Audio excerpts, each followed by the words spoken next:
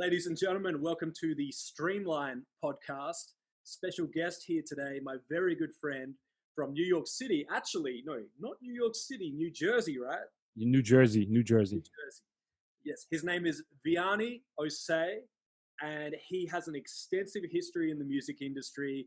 We've been friends for a long time throughout various roles that he has done and always kept in touch. He's currently involved. His latest project is called Let Me Hear It, which I'll let Vianney tell you a little bit more about in just a second.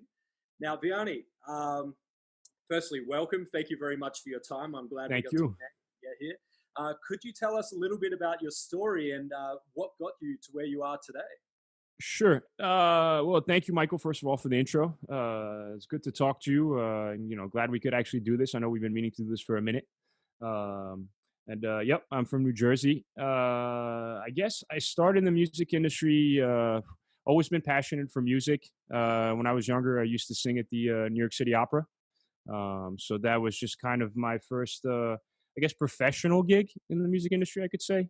And then just tried to follow course, what was expected of me. Or at least expectations that I thought that I should have had, ended up in business school. Not sure why. Did that for a year.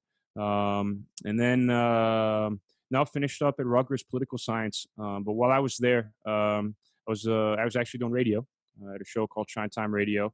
And started reaching out to friends of mine who managed artists to see how I could help them out, getting records played on the radio or whatnot. Always lean more towards dance records, commercial records, big records. I guess, just coming from France, that's really more what the music's been. And so, started managing this act called IOU, and managed them for a few years. Did some cool stuff, worked with some cool producers. And then I guess graduated college, and one of those things where you have to figure out life, right? Get a job, make money. Adulting. Yeah, right. But you're not ready to be adulting, But and so I went back to what I was doing, political campaigns. So I was on the road in the U.S., but still managing my acts on the side. Kind of just, I don't want to say something to fall back on, but just that was really, what I was building for myself. Some people do it 9 to 5s, but what's the future, from doing a 9 to 5? And, music for me was just my art, what I was building. So was managing them, and then end of 2012, so my last campaign, worked for Obama, amongst other the campaigns I did that year. How'd that go? Oh no, I mean we won. That year, I did 7 campaigns. I was in Detroit, Wisconsin, Virginia. Did a few, anyways. In New Jersey, and so when that ended, 2012, I said, okay, that's it. I want to focus music full time. And so I found a label actually that was not too far from my parents' house in New Jersey, Gummy Bear, Radical Records. And that's actually how you and I got introduced for, I think, a remix that you had done, or Phonetics. No, Phonetics. Was it Phonetics? Phonetics, yes. It was actually a good friend, I Am Sam, connected us initially, I believe, around the time of WMC in Miami. 2013, 2014. Yeah, we're getting there, and years ago, 6 years. It's did that for 2 years, and that was great. And just worked with a lot of great artists, and just what's awesome about working for Radical Records is it's a label with history, especially in dance music. And Jürgen Kordulesh, was the owner of that label, really allowed me to just kind of do my own thing. That from there, I felt empowered, to just be able to reach out and to know that I was backed, by the label and such. So I was there for 2 years, and then launched my own company, PR company. I saw demand for that, just kind of where the blogs were headed to, and just what was key really is what was expected from the press end to help get the New Music Fridays or the playlist on Spotify, because this was when Spotify was really picking up steam, more so than iTunes per se, the stream really. And so, focusing on Hype Machine, whatnot, SoundCloud repost, and attracted the attention of Ultra Records. By the way, I talk a lot, so if you want to talk, stop me and Keep going, man. This is gold. and yeah, no, I was with Ultra Records, so Ultra Records reached out. They hired me, so I was there for 2 years. Um, Everything was great. No, it was an awesome experience. Ultra, they got a great setup. They got a great company, and yeah, no, I was there for 2 years, and then what was interesting is that my partner and I actually started our company 2 weeks before Ultra hired me, called LetMeHear.it. And originally we started the label because we found that we were making records, but no label wanted to put out our records. And so we found ourselves, in a position where we said, well, why not self-release? And this is when, I was using my experience, tapping into my experience on the record label end, and just, the digital landscape, the Spotify playlist, right? The YouTube channels, the SoundCloud channels, right? Just see who's making impacts and working with them or building a relationship with them, to make things happen. You know. So yeah, that's now I've been here. Let me hear it. Label's been around for three years now. We Our whole thing is finding artists, very early. And I don't even like using the term finding artists, because it's meeting artists really very early, that have a lot of potential that other labels may not necessarily take on, because it's very early, just really going off by ear, and talent, and using our experience to just, develop that artist, and make things happen for them, and it's based off of vision, from point A to getting them to point Z, right? It requires a lot of work, patience, understanding that, there may be days where things aren't so good. And but in those situations, maybe laughing at it, and just kind of just looking at it in the bigger picture. This is the game we're in, right? It's the music industry. It's the, and so, yeah, man, how are you been, man? Talk to me about you, man. I'm here go rambling, and how's date night doing? What projects are you involved in? Tell me all, bro. I got to say, that's the first time I've heard the story in its entirety. I've always heard little bits and pieces, so it was really nice to hear you tell it in your own words, from where you began to where you are now. And it's funny, it's a really good point. Not everybody starts out knowing that they want to be in the music business, or they want to be an artist. I mean, you said you were singing Yep. in the opera? New York City Opera. Yep. Yep. And then you went from there into radio, and then you sort of now you're not really you're not really out in the limelight. You're behind the scenes, putting other artists out there and helping them. And what I love is the fact that you said, yes, you discover them, but then you're also helping to build them and grow and develop them. What I heard in there as well was I could tell that you're passionate about them, you care about them. So it's personal as well. You're actually becoming their friend. You want to make sure that they're healthy and happy while they're doing this, which is something that we really need to pay a lot more attention to in this industry. Is you've got to put your health first, because that's the one job in this industry, or in any industry, that you can't outsource to someone else. You can't just go, hey, go run laps for me right now, or go and put this food in my mouth. We have to do that ourselves, and sometimes we need somebody to educate us and look out for us. So Sure. I just wanted to mention that. I think that's really important. And not dodging your question about how I'm going as well. I know part of the reason I really wanted to get on this call is because you've got a lot of projects that you're working on right now, putting out music. Obviously, I put out music as well as an independent artist in a group called Date Night. So for the listeners, I was thinking that we could go over some of our strategies around Sure. these, such as, I mean, obviously, we'll talk about things like pitching to editorial. We'll talk about what happens if you don't get editorial, why you shouldn't just focus on editorial.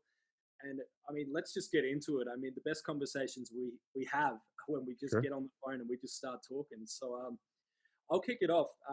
As far as you asked me about the most recent Date Night release. So we put out a track recently with our good friend Chris Robley, and the song is called True North. And it was the first track that we've done where we actually did Spotify's new direct upload tool. So in Spotify for Artists, you can go in there, you can upload your track directly. So we went in there and did that. And fortunately, we were able to use that new service. I know it's still in beta and it's only open for some US-based artists at this time, but I'm sure that'll change soon. Once we uploaded it, we actually, what I like is they prompt you about certain things that you may forget as part of the process. So when you go in, you have to do the submission at least 7 days prior for two reasons. The obvious one is you need to tag the song, mood, genre, instruments used, languages in the song, whether it's male, female vocalists, all that information that you can feed in there to make sure it gets to the right people in the editorial team. The other side of that they don't mention as much is that if you submit at least 7 days prior, it will go into release radar for all of your followers. Right. So it's actually guaranteed. And so Spotify actually sent an email reminder out about that saying, hey, you've uploaded your song, you've tagged it. You've got to go back and finish the submission at least 7 days before release. And that song will go into release radar for all of your followers. So flash forward to release day. We went into release radar. We have 20,000 followers at the time. That's amazing. Yep. 20,000 release radars, probably brought in between 5,000 to 10,000 unique streams, which is actually pretty good considering not everyone checks their release radar every week. So we were kind of expecting maybe a 10 to 20% listeners versus followers on release radar. Another thing that we got as part of the Spotify direct upload process was they gave us a marquee. Now, some people may not know what the marquee is. If you open the Spotify app on your phone or your tablet and you get a little pop-up that says, listen to the new album from date night, that is a marquee. And so as part of the process, we were able to use that as part of a new beta test, once again, that they were rolling out. So anyone that had directly uploaded their music to Spotify and the platform was able to also get a marquee. So we had that pop-up appear for a lot of our fans or followers as well. And in addition to that, we had uploaded photos in our Spotify for Artists profile. So Spotify also sent an email out because obviously they had a photo of us that they had permission to use. And they sent an email out to a number of followers of ours saying, your release radar is here. There's new music from date night in your release radar, and there's our photo. So I'll get into the editorial placements that we got shortly. But just off that was all the result of having a Spotify for Artists account, having a photo uploaded, and following the submission process. So, but that's not where it should end. And Vianney, I kind of want you to elaborate on, obviously submitting to editorial is important and don't ever forget to do that, but you shouldn't wholly rely on editorial support because it's not going to happen for every release. Even if you're a major artist, you're not going to get editorial support on every release. So could you tell us a little about part of your strategy when you put out a Sure. I mean, to be honest with you, the strategy is no strategy. Whatever that means. Every record has its own, path. Every record has its own slot, right? Wherever that playlist may be. You have some artists that have bigger followers, bigger following. You have small artists that have no followings, right? Debut releases or whatnot. It's figuring out, how you can utilize, I guess, the algorithm, whatever the algorithm may be, because it's ever changing. And I know I'm constantly calling you and say, oh, I just observed this. Oh, have you been paying attention to that or whatnot? Figuring out, what is it that the algorithm reacts to? So I'm always just paying attention to more momentum when I release a record. And obviously everything that you were mentioning with regards to release radar and such is definitely things to tap into to help with that momentum, especially on day of release. But if you put out a record, right, and the record is doing 1,000 streams, 1.6 thousand streams a day, off of, solid Spotify playlist ads, non-editorial, you submit it. There's a bunch of, sites online. You could just do some research yourself on Spotify and just kind of figure out, where your record fits or sort of sounds like, see where those where those tracks were added and reach out to those playlists. Right. So, I mean, I guess moral of the story, and to answer your question, right, just to take that, a step further, it's just marketing, right? It doesn't get any further than that. It's, you have a product, It's not that editorial is not necessary, doesn't want to help you or paying attention to you. It's we're playing a game in some capacity, right? And it's just like, okay, well, we're all playing this game. What do you got that's more than everybody else? And it's and I say this, we're playing the game, and I don't mean to say it's a rat race, right? There's plenty of cheese for everyone, right? We don't need to all be fighting for the same piece of cheese, right? I mean, music is a universe that's ever expanding, right? People are constantly creating songs, whether we want to stop it or not, right? And there's just some songs that connect more so than others, right? Um, and which leads me to think of something else that I want to discuss with you with regards to perception versus business. Um, Yes. but but yeah, no, it's really just you have a record and you got to push it, right? Just get it out, send it out to everyone, send it out to people. Um, you know, Even if it's a friend sharing it on their Facebook, right? Most people have more than 1,000 friends on Facebook, Oh right? yeah. Even 10% of those people check your Facebook page. That's 100 people. I have people that I'm constantly sharing records on my Facebook, whether they're on my own records or there's music that I just found on SoundCloud or whatnot of artists that I like. I'll run into someone 4 years later and like I'll see that on their playlist, or on their iPhone or whatnot, like a track that I had shared on my Facebook 4 years ago, and I'll call them. I'm not calling out, but I'll ask them like, "Hey, where did you find that record?" They'll be like, "Oh yeah, I found it on your Facebook."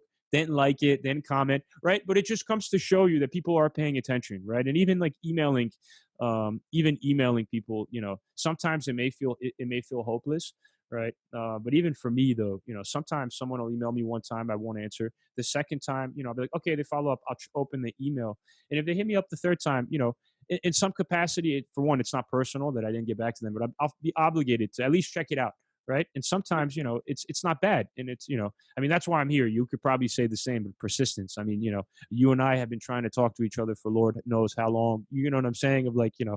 how can we help each other or whatnot? We're both very busy. I know yeah, you're traveling the world, going to conferences or whatnot. I'm, so yeah, catch us if you can. But anyways, it's Yeah. No, I hear exactly what you're saying, and it kind of I was trying to think of a way to describe it, and it reminds me of when you're in the car and you drive past a billboard. You drive past the same billboard 10 times that week. yeah, You may not realize, but it's in your head. You're gonna see that product on the shelf. You're gonna hear about it from someone else, and you're gonna go, I feel like I know that. sure, And it's the same with this. You keep putting that music out there, people see the name, eventually they're going to go, you know what, I need to know what this is about. right, I've seen it in my Facebook feed by 10 different people. Vianney posted about it, and he's usually pretty much spot on. So that's important. And the other part of it is it's a long term strategy with all of these releases. Nobody sure, is expecting to be added to a million playlists overnight. Oh, that's a little extreme. 100 playlists overnight. It doesn't happen. You no, may get added to 100 playlists in the lifetime of that song. It could take 2 years before the algorithms really start to pick it up. And then sure, you're on Discover Weekly, you're on My Daily Mix, and you start going back into the feed, the stream counts go up, and then mhm, you hit an editorial playlist as a result. So it's, that's why it's important to be consistent as well and keep pumping out the tracks as well. So, as far as with Let Me Hear, uh, how many releases are you sort of encouraging from your artists? it's so how the setup with Let Me Hear It. We It's weird. Well, it's not weird. It's more of quality versus quantity, but we do like quantity. We do like volume. I don't like waiting 6 to 7 months before putting out a song. If you could put out a song every month, all for it. Let's do it. Um, it's I encourage it. It's how we treat every record though. Is not the same, right? We have some records that need a little more push than others, I guess. I see some genres react better, for example, on Spotify than others in terms of Discover Weekly support. You know, Let Me Hear It. Because we're looking for artists that don't necessarily have followers or whatnot. Well, let me introduce it like this. We're a small label. We're a very, very small label, right? I don't have the infrastructure, like other labels that I won't name, Mhm. but who have infrastructure to begin with. What we do have though is my experience and my knowledge, and my relationships, and my ear, which is something that I have the most trust on. Hold on. Yeah, we're gonna try that one. Hold on. Give me a second. Of course. Yeah. All good. Sorry. All right. Yeah. No. So just and let me hear it. We're a small label, so we have to operate like our small label, which is a strength. We have to be aware as well that we can't compete necessarily with bigger labels, right? And who may have bigger budgets, just better relationships, right? Um, so we're not afraid to take chances, but these are calculated. I wouldn't even call them risks because the music is too good that we'll make it work, right? And we'll figure it out. We'll get creative. Um, does it mean working with Spotify plugger? Maybe. Or does it mean working with someone that has relationships with YouTube? Maybe. Does it mean bringing on a publicist? Sure, why not? If it's something that we know that would take the project to that next level. It's Yeah, it's that's how we move as Let Me Hear It. It's we're and it just allows us to make moves. It's very micro targeting as well, right? It's knowing, yeah, just it's so far so good. We have 40 records on the catalog. That doesn't include records that we've licensed out. And we've done, I want to say, 15 million Spotify and Apple streams cumulative, if not more, from those 40 records, which for an indie, we feel good about. That's fantastic. Yeah. We're in a position where we try to invest little to no budget into releases. And the intentions of that is not to hold back the artists. Is for one, we could cover a lot in house, whether it be press, digital marketing, or whatnot. But at the same time, I set up this company as well. Well, what I saw from setting up this company is that it's good to pay out the artists twice a year, and for them to see money from their music. It feels really good money, period. to see. Yeah, yeah, It's and for an independent artist. it's amazing. It's a great feeling. Yeah, could be $10, and it's amazing. Absolutely. And it's and I've seen that, and that's why I keep the model the way it is, because again, my setup is to make money for the artist. You know, I know you were mentioning earlier with regards to checking in the artist, seeing how they're doing. For me, we could even tie this into the mental health issue within the music industry. I think a lot of it is tied to money. To be fully transparent. I think a lot of us are living paycheck to paycheck, to keep it real. And so, especially those that are freelancing. And, it can affect the mental, right? But at the end of the day, it's the music industry. Nothing is promised, right?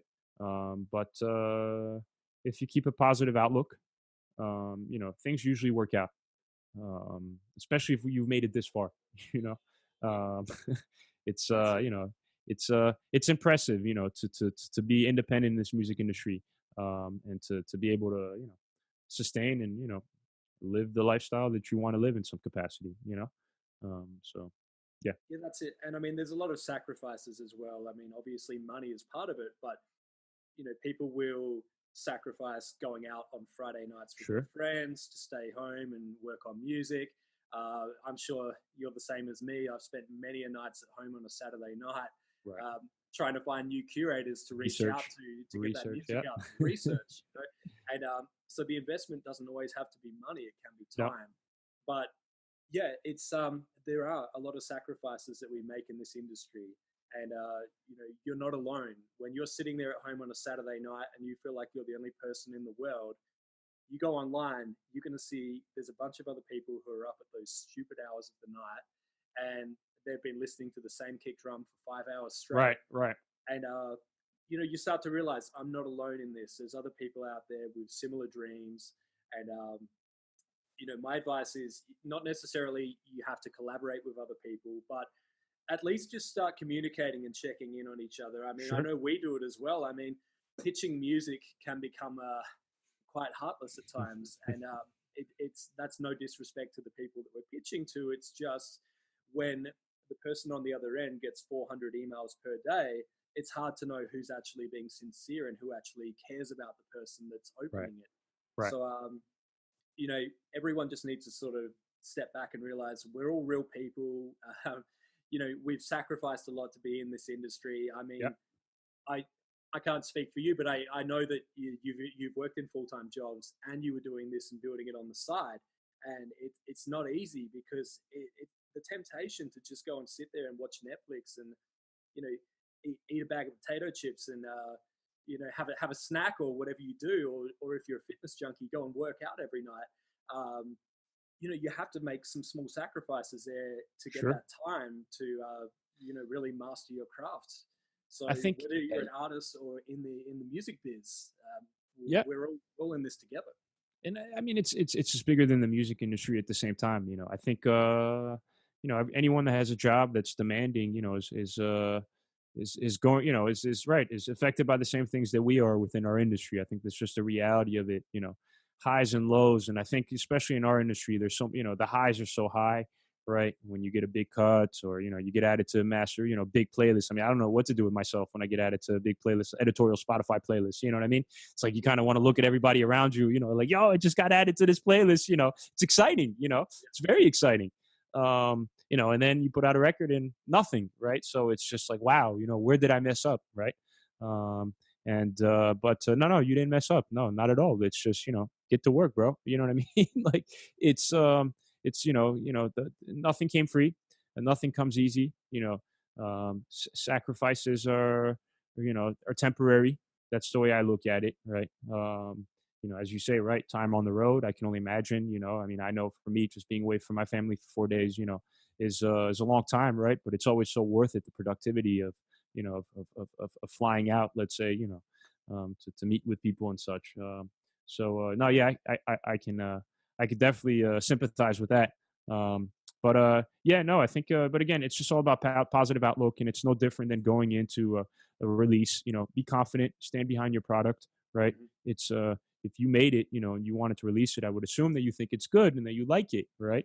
And so, shoot, play your own record on repeat, and make sure it's on Apple Music, so that the payout is higher, or it's on Spotify as well, have both apps running, it's your song, it's, and it's, you can do that. That's the beauty of streaming. And, every stream is worth the payout. So, and you're helping yourself as well for the stream versus listener, ratio. So, it's, that's, and like you said, I'm very passionate about what I do. I mean, we're doing this, we're because we are passionate about what we do. And, it's I know I was mentioning earlier about money, but at the end of the day, it's so much bigger than money for me. It's my livelihood. And it's, I tell a lot of people this, I don't know about you, but I plan to live till I'm 100. And that's, I got 70 more years to go. Well, 69 more years to go now. And, and that's a long time, so I hope, I hope I can, I hope I can make a real living real living. I already am, but I'm saying I hope I can make a living for the next 69 years of my life off this music. Right. And, maybe retire when I'm 80. Right. So it's like, I got 50 years to do something cool, so it's, we got this. Definitely. And I have no doubt that you're going to keep excelling and helping more artists along the way. And it's interesting mentioning retiring at 80. I look at it and I go, I love what I do. I don't want to stop doing this. There may be a point where I have to cut back a little. Sure. Wife might be like, okay, Michael, like I want some time with you. Yeah. Exactly. Or you know what? I can't type as fast as I used to with these emails. And I'm a little slow when I speak, so voice to text isn't going to help me. Right. But yeah, it's funny. The goal used to always be, retire at 65 and then start living. And I go, no. You can't stop this living music. now. Your ears, unless you go deaf, and you can't hear anymore. There's right. No, I relate. That's it. Funny. So enjoy this time right now. That's why Tim Ferriss talks about taking mini vacations, where if you're in a position to do so, go and take 4 to 6 weeks off every year. Oh, wow. Every year. Yeah, and go away and treat that as retirement, and then come back, because you actually, yes, you enjoy it, but you come back and you go, I'm so ready to get back to do something. I'm going to say something controversial. I'll be very, Bring it on. very honest with you. Yeah, no. See, this 4 to 6 week break for me within the music industry is a luxury. I'll be very honest with you. Yeah, Reason why I say this is, and I see this all the time with the labels or whatnot. It's and I think you're right. People do, if you work for it, you earn your vacation.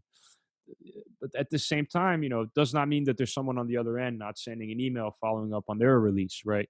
And it's that's why part of me, I feel guilty, for example, when I can't move as quickly as I'm used to, for example, because someone's on vacation. So I mean, take your vacation, you've earned it, but keep in mind, if you get back to that email, it'd be great, just because it's not because you need a mental recharge that someone else, isn't going crazy while you're getting your mental recharge. You get what I'm saying? Waiting for you, and it's past that deadline.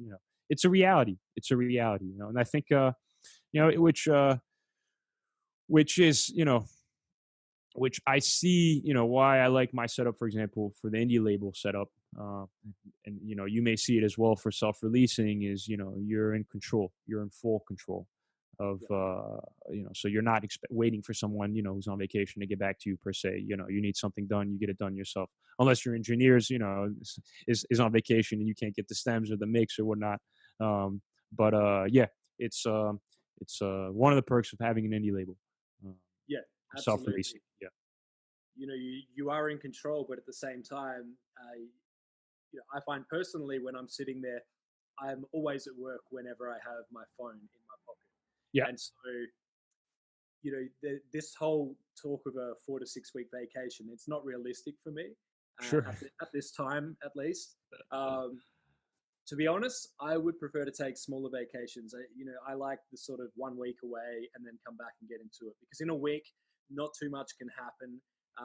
You can set an email auto reply. You can give people a heads up. You can do some stuff in advance of Yeah. being away. And it's not that hard to have somebody and go, look, can you just keep an eye on things for me here? Sure. If there's an email that needs my attention, forward it to this separate email address, which I will check. But as for all the other emails, I'm going to get back when I am at my desk and Yeah. I have the time, so that I can give people the time they deserve in my response. What I've been embracing, and I think people, the listeners or the viewers can actually take note of this is weekends. Weekends are great. I'll always get emails on a Saturday or on a Sunday or a Monday morning like, hey, anything happening, and then my answer to always to them is, guys, it's Saturday, whatever time it is, like, nothing is happening. People are off on weekends. That's just the reality. So take the time off as well. And I think that's maybe one of the things that come with releasing on Fridays is that you release on Friday and then there is a 2-day break, I guess you would call it, which we call the weekend. And it's so it can throw a lot of artists off, especially if for newer artists who you may not see 20 blocks cover him within the first days or second day or third day for that matter, or even the fourth day. It's which comes back to momentum. But again, it's the weekend is great. Take the 2 days off. Even if you're obviously keep an eye on things, and take the time maybe to check in with Mike Warner to get all the tips, or to call me or send me an email, or grab a coffee, go grab some drinks with some people, whatnot. It's but yeah, for people who are in this industry, know that weekends, chances are nothing's happening. Yeah. So, it's That's it. And look, I mean, the one of the check in most on Tuesdays with people. Sorry, when if you sent an exactly email on Friday or Thursday, yeah. exactly, and arguably one of the most exciting things that can happen for an artist is to get added to a major playlist. You don't need to go and manually check them and spend hours doing it. There's services out there where you can get an email. So Saturday morning, check your email. Spotify add you to an editorial playlist. They email you and tell you Yeah. within 24 hours. So go enjoy your weekend. You may get some great news while you're enjoying your weekend. Bonus. Sure. Whatever you're doing, you might just have a big smile. You might have a bigger smile on your face as a result. You don't need to be sitting there at home biting your nails or No. any other disgusting habit you have. No. Refreshing Spotify, refreshing Apple Music, checking. There's services out there, Spot on Track, Chartmetric, numerous services Sure. that will tell you when you've been added, so you can just go and relax. If I mean, the If your label, distributor, and even, I mean, it just gets as simple as this. If the distributor was able to get your track up on the day that you schedule of the release and tagged all the right artists to the right artist profile, you've already won. Your track is up on stores. You're good. Now you can start selling. If you want to take 2 days off, that's fine. Take those to Saturday and Sunday and start pushing it hard on Monday, Tuesday, Wednesday, getting your emails out. You can even start on Friday getting emails out. But, again, if the track is up, you should feel like it's a win. Everything then, you can worry about it later, kind of thing. So, exactly. it's just keeping it Well, 100, yeah. and you'd know. I mean, the reality is a track may look like it came out overnight.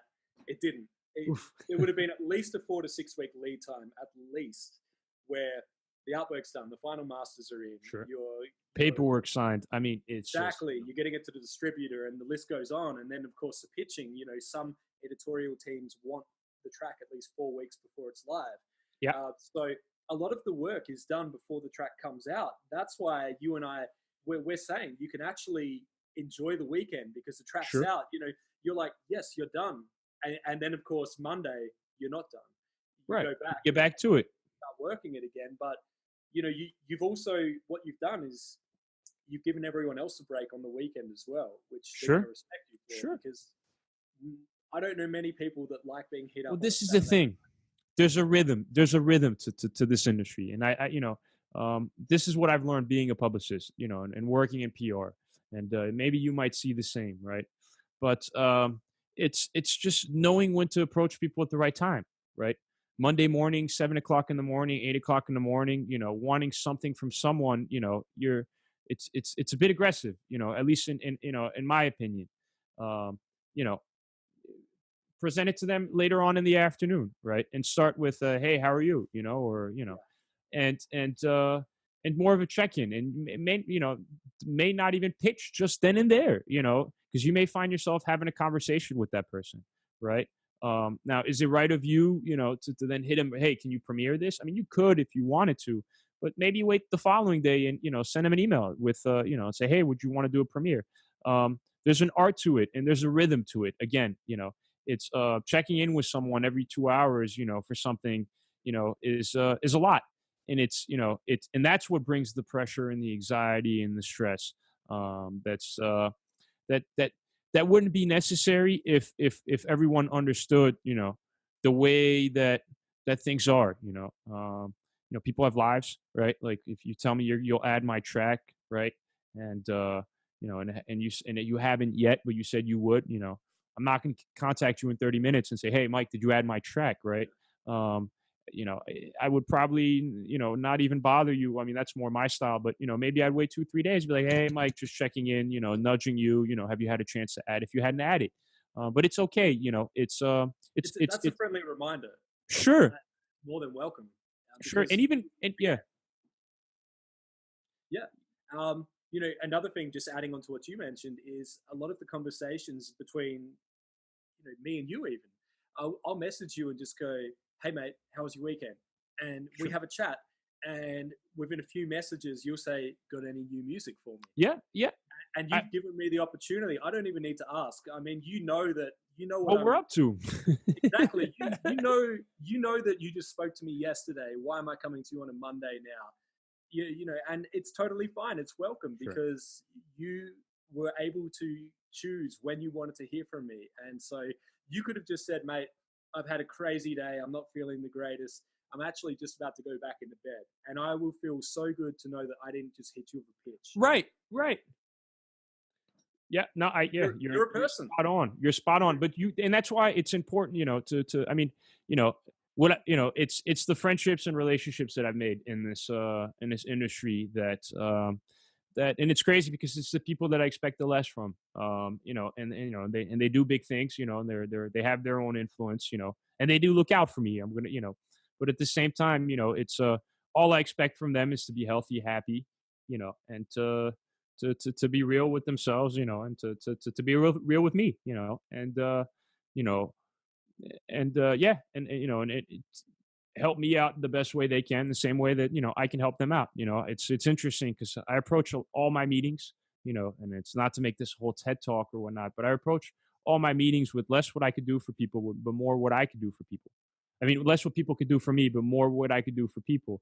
You know, Gotcha. my business partner, Jamie Harper, would laugh, you know, because, you know, I've been in meetings with some rather big people, you know, and they're like, all right, well, what can we do for you guys? And, you know, my answers were like, well, you know, more what we could do for you, you know, and it's a lot of people, you know, are respect that, you know, it just shows that it's like, okay, you know, this guy's not, you know, it's you know, let's see what he has to, you know, what it is that he could potentially help us with, you know, and then you know, I'm able to just go ahead and present, you know, things that I'm a part of, that I'm involved with, and start just kind of putting, you know, pieces together to make things happen for people. You know, it's and you know, just by the way, there's a lot of this is train of thought, but it's, you know, and thank Bring you, it on. Mike, Bring it on. again for giving me the platform for this. But you know, it's man, train of thought just got cut. Anyways, but you know, yeah, thank you for giving me the platform for this. Um, it's um, it's yeah, it's a good industry to be in. That's it. And you know what? I feel like we could honestly talk all day, and there's Sure. been a few occasions where we have. But for the sake of the listeners who are probably sitting in their car, pulled up front of their house, we may start to wrap this up right Yeah. now. Obviously, you know, there's a lot of tips and a lot of little pieces of gold that we've shared in this. You can see how both of us work. Myself as an independent artist doing the pitching, and yourself working with numerous artists and pitching them and coaching them and you know, keeping them happy and healthy along the way. Sure. Are there any sort of tips that you'd like to share with the listeners as well? Eh, Look, the best tip that I can give to someone is, you know, and a lot of this recently, you know, it's been a very introspective moment for me, just launching the label and just being accountable for my artists and, you know, responsible for their music and, you know, and their releases, you know, is just stand behind your product. If you believe in it, just stand behind it. You know your value, stand, you know, stand behind your services. Just really, you know, even if you're a publicist and some releases, you know, do better than others, or if you're a label and some releases do worse than others, you know, just keep going. You know, focus on the positives. You know, a playlist ad is a win. A blog post is a win. A SoundCloud repost is a win. You know, just count your W's. You know, and be patient. Stay consistent. I know we talked about this earlier.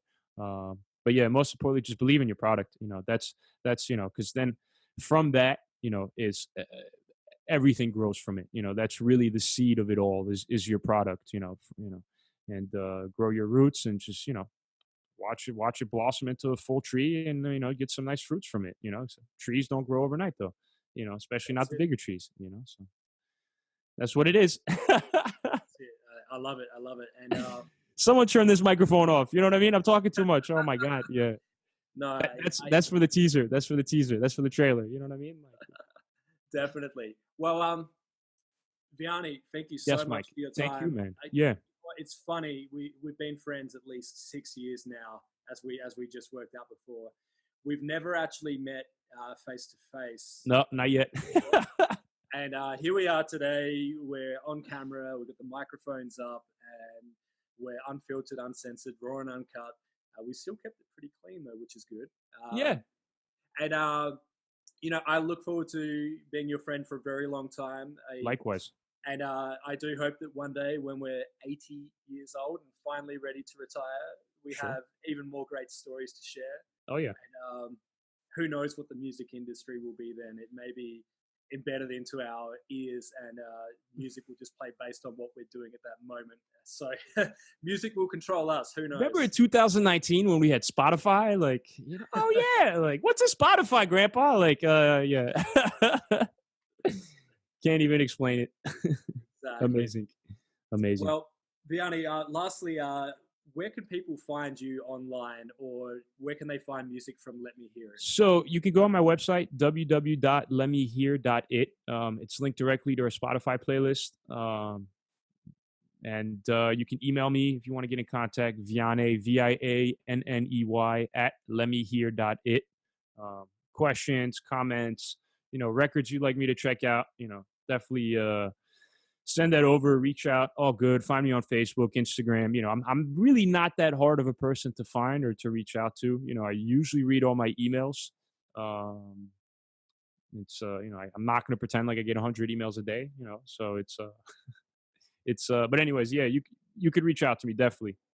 Definitely. And for those of you listening, make sure that you do. Make sure you check out his profile on Spotify as well. He's got some great curated playlists on there. Obviously take the advice from this and don't go giving him a cold pitch just because he gave you his email address. Reach out to him. Say hi. Get to know the guy. He's a really nice guy, and you never know, he could be your new best friend. Sure. And hit up Mike too, because Mike is definitely your new best friend. Mike is the guy. Mike, again, thank you so much for thank you so much. I haven't done live radio in a long time. Very comfortable in front of it, so I hope we could do this again. But again, thank you so much. Vianney Ausseil from Let Me Hear It, thank you so much. Thank you for being on the show and for sharing your wisdom. And once again, I look forward to being friends for a very long time and enjoying retirement when we're in our 80s. Maybe not in the same place, but we'll be in touch one way or the other. You come to my place, I come to your place. We'll figure it out. Have your people call my people. Exactly. All right. Thank you, Vianney. Cheers, man.